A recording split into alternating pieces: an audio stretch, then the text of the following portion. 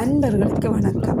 இன்றைய பயனுள்ள பகுதியில் நான் உங்களுக்கு காண்பிக்கிறது பயனுள்ள பகுதி வந்து உங்களோட வீட்டில் இருக்கிற காய்கறி செடிகள் காய்க்காமலோ அல்லது பூக்காமலோ இருக்குமென்று சொன்னால், அது கீரையாக இருந்தாலும் சரி செழித்து வளராமல் இருக்குமென்று சொன்னால், நீங்கள் உங்களோட வீட்டிலேயே வந்து இலகுவான முறையில் நீங்கள் தயாரிக்கக்கூடிய ஒரு உரம் தான் முட்டை ஓடு. இந்த முட்டை ஓடுகளை வந்து நல்ல கலகலப்பாக வந்து ஒரு தட்டில் வந்து காய வைக்கணும். இது காஞ்சி வந்த பிறகு கைகளால் வந்து நொறுக்கி பார்த்தீங்கன்னா நச்சென்று நொறுங்கும். இது நொறுங்கினதுக்கு பிறகு நீங்கள் வந்து ஒரு மிக்ஸி ஜாரில் வந்து அது பக்குவமாக போட்டு அந்த மிக்சியில் வந்து அது ஒரு நச்செண்டு அரைச்செடுத்தீங்கன்னா ஒரு பவுடராக வரும். அதை வந்து ஒரு பொட்டியில் நாங்கள் போட்டு வந்து பாதுகாப்பாக வச்சிங்கன்னு சொன்னால் தேவையான அளவு செடிகளுக்கு கொடுக்கலாம். இதை வந்து நீங்கள் வந்து ஒரு உரலில் போட்டு இடிச்சும் எடுக்கலாம்.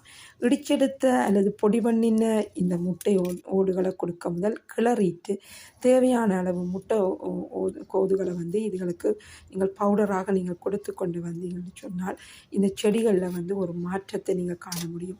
மாதத்தில் 2 தடவை வந்து செடிகளுக்கு இதை காய்கறி செடிகளுக்கு உரமாக நீங்கள் கொடுத்து வாங்க. இதை கொடுத்ததுக்கு பிறகு வந்து தண்ணி ஊற்றி விடுங்க. தண்ணி ஊற்றி விட்டீங்கன்னு சொன்னால் வேர்க்கால்களுக்குள்ள வந்து அதிகமான கால்சியம் போகிற போது செடிகள் நன்கு காய்ச்சி பூத்து பழங்கள் கொடுக்கும். இது உங்கள் வீடுகளில் வந்து நீங்கள் கண்டிப்பாக வந்து உங்களுடைய செடிகளுக்கு கொடுத்து கொண்டு வாங்க. கொடுக்கும்போது வந்து ஒரு மாற்றத்தை நீங்கள் உங்களுடைய செடிகளில் காண்பீங்க. நான் என் வீட்டில் வளர்க்குற பால்கனியில் இருக்கிற எல்லா செடிகளுக்குமே வந்து இந்த செடிகளுக்கு அது ஸ்ப்ரேயாகவும் நான் பண்ணுறேன். இந்த முட்டை ஓடுகளை இதை வந்து வடிகட்டி போட்டு ஸ்ப்ரே பண்ணி விடுங்க. நிச்சயமாக உங்களுடைய செடிகளில் ஒரு மாற்றத்தை காணலாம். வந்து பூக்காத மிளகாய் செடிகள் வந்து பூக்கும், காய்கள் விட தொடங்கும்.